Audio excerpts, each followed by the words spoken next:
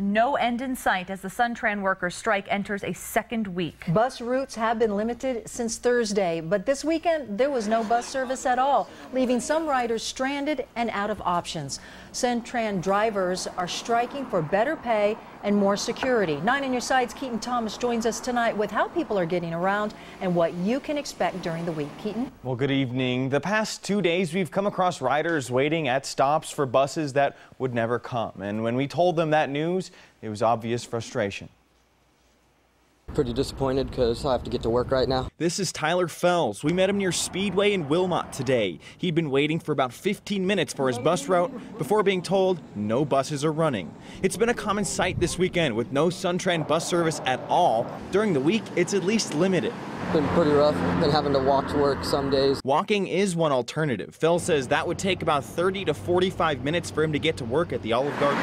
SunTran says there are other options for riders like the streetcar, but for some, alternatives just aren't nearly as cheap as the $1.50 cash fare for a bus.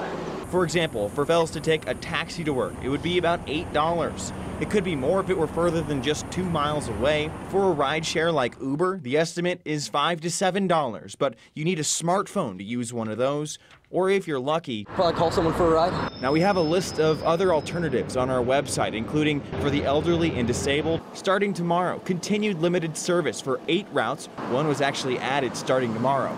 They are Route 3 on 6th and Wilmot, Route 4 on Speedway, Route 8 on Broadway, Route 11 on Alvernon, Route 16 on Oracle and Ina, Route 18 on South 6th, Route 25 on South Park, and Route 29 on Valencia. They'll run from 6 a.m. to 6 p.m.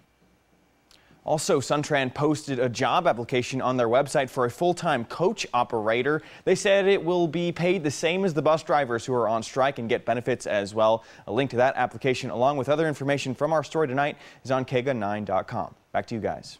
Thank you, Keaton.